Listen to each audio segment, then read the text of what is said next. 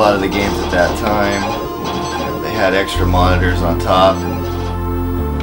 They had everything turned up so loud. It's like I have such great memories of that when I was a kid. Just all the time I had with my friends, and I'll never forget it. I'll never forget that. And having an arcade in my garage,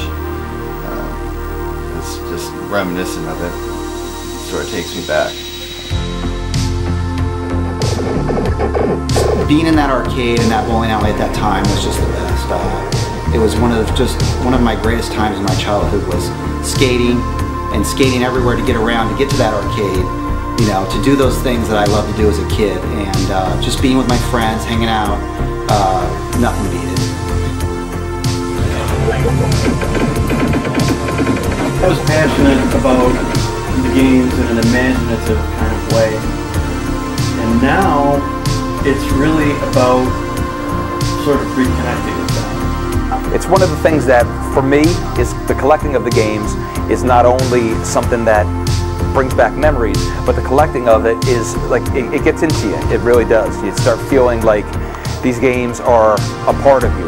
Since we were the first generation of gamers, and the games that came out at that time were seminal and the building blocks of game culture, we, I think, are attached to those games and consider them our games for our era. It was a magical time, and I've never forgotten it. It made an impression on me that nothing's ever made that kind of impression on me. I can't even put it into words because it's so many things. When I walk into my arcade, I honestly do feel like I have stepped back in time, and I even refer to it as my time machine. And I've even said to some friends, well, if you ever need to go to 1982, just let me know.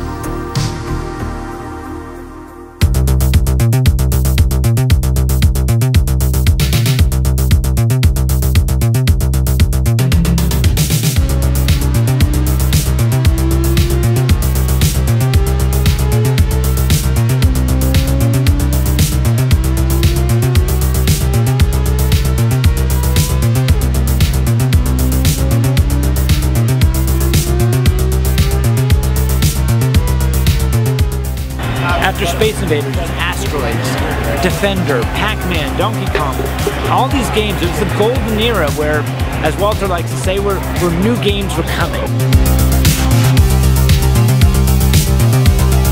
This is quite an adventure. This is the birth. This is the rebirth of the golden age of gaming.